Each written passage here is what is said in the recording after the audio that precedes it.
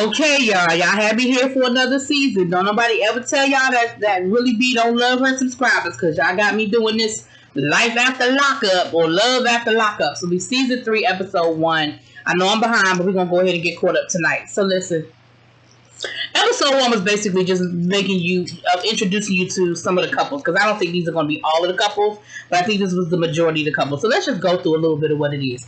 I'll be honest with you guys.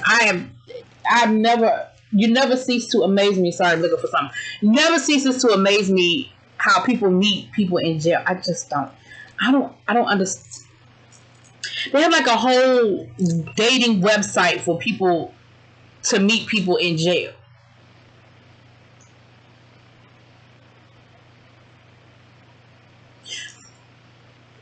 We got Lindsey and Scott. Now, Lindsey and Scott is an older guy. Scott, I think he's 50. Lindsey's in her 20s.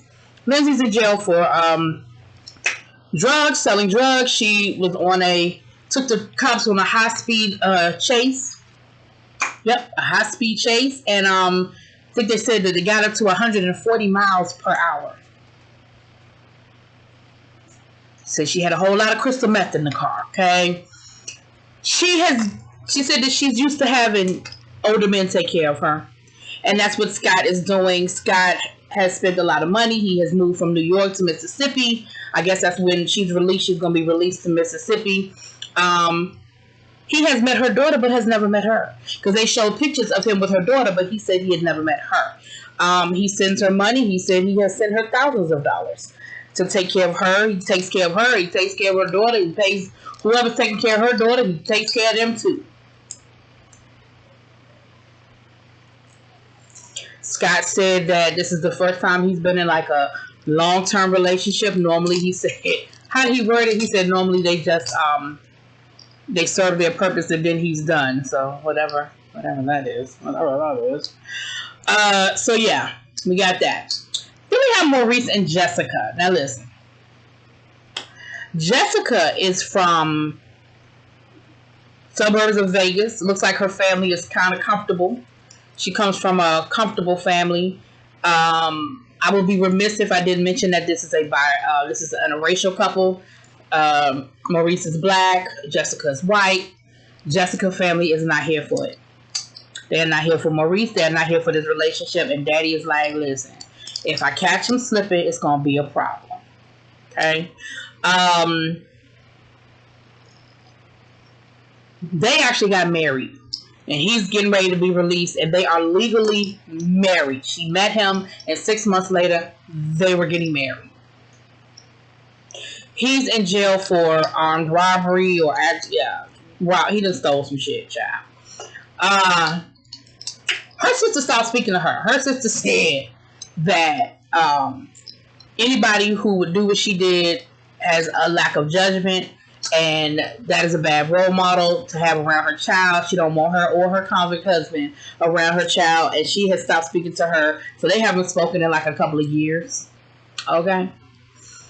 Child. These people are funny. Now, the funniest one has got to be this next couple. We have Shane and Destiny, child. Shane is half Native American, but he leans to his native side. He follows the spirituality of the native side. He has so many kids he didn't know how many. He had to literally sit there and count. When they asked him how many kids he had to go down the list. You know, the Prancer, Dancer, Blitzen, Donner, Rudolph. Like, he literally had to go down the list. He has been married, I think they said 6 times. And when his daughter expressed concern about him marrying this woman, because he wants to marry her, he literally built an altar that would attach to the cab of his pickup truck so that when he picks her up from jail, they can immediately get married, and then the inside cab of his truck will be their honeymoon suite. His friend came over and looked at him like he had lost his mind when he explained this to his friend. Because he invited his friend over to help him build all of this. And his friend was like, I mean, I guess. Now, that's a good friend. That is a good friend. Because let me tell you what I would have done. I would have said, you crazy as hell. Call me when she leave. I wish I would have sat out there and helped him build a damn altar to hook up to the bumper of his car.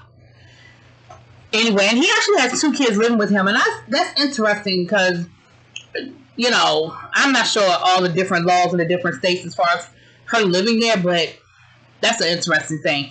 Child, his daughter pulled up her rap sheet, and she got a rap sheet so damn long, and she had to scroll it. And he gonna say, well, you know, everybody makes mistakes. I think I'm a pretty good judge of character. No, the hell you ain't, because you've been married for 6 times. You clearly were wrong 6 other times. So, you're not a good judge of nobody's character. Let's be clear. Anyway, John and Tyrese, hold on, because I wrote these names down, child. I wrote these names down. Okay, hold on, I wrote them down. Hold on. We got Chevelle and Kweilyn. Let's just go ahead and talk about them. Chevelle and Kweilyn. Listen. Kweilyn has been in jail since he was a teenager. I want to say he's been in jail 12 years.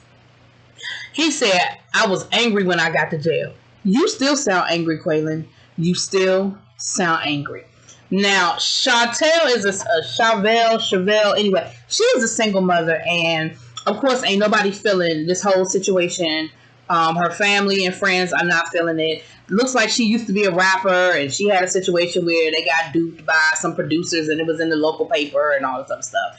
But her family is not feeling it, and he gonna say to her, on your way to come and get me, because all these people get ready to get out of jail, right? On your way coming to get me, can you pick up my mama? Now, his mother is feeling some kind of way because he told his mother that when he got out of jail, he would come and live with her in Texas. But instead, he's going to go live with Chevelle. Yeah, it's Chevelle. And wherever Chevelle is, which is not close to Texas, okay? Chevelle will feel some kind of way. And this is my problem right here. You're going to be mad because he want to see his mama. He been in jail for 12 years. Like, how can you be mad about that? I mean, how we supposed to have sex? How we supposed to be intimate if you know, his mama with us? Girl, you got bigger problems. You got bigger things to worry about. You need to worry about how his mama going to react when his mama realize he ain't coming home with her. Like, that's going to be a bigger issue. And the fact that this boy has been in jail, he said, I ain't have no prom. I didn't graduate from high school. Like, I just think, now, she met him through another friend of hers whose boyfriend was in jail, and he asked the boyfriend, you got somebody you can hook me up with? And it was her.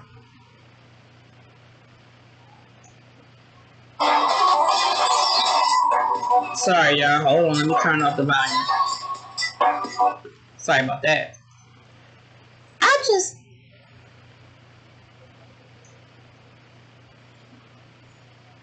I just think this stuff is going to be very interesting, y'all. This is going to be some interesting situations, child.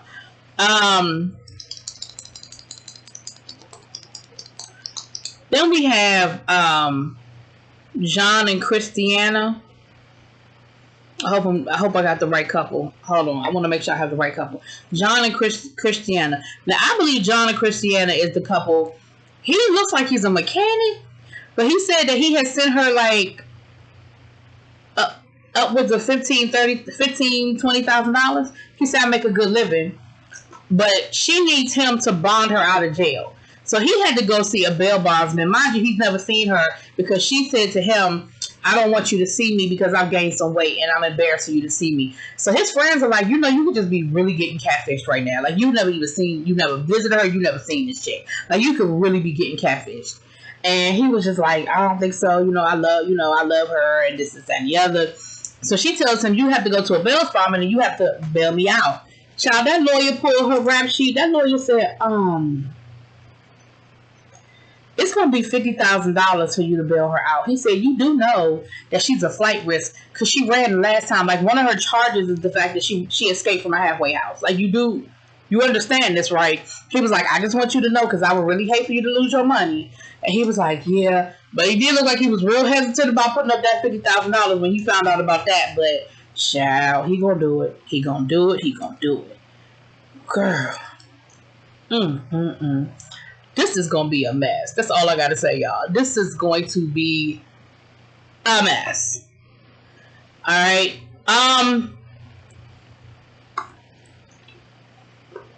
Let me see here. Last but not least, we had. Okay, y'all. A correction. That whole situation I just told you about, that was not John and Christiana. That was Sean and Destiny. Now listen. Let me say this about Mr. Sean. Sean got 6 kids with another woman, and he talking about he ready to marry Destiny. What is it about Destiny that you ready to marry, but you wasn't ready to marry your baby mama who got 6 of your kids? 6.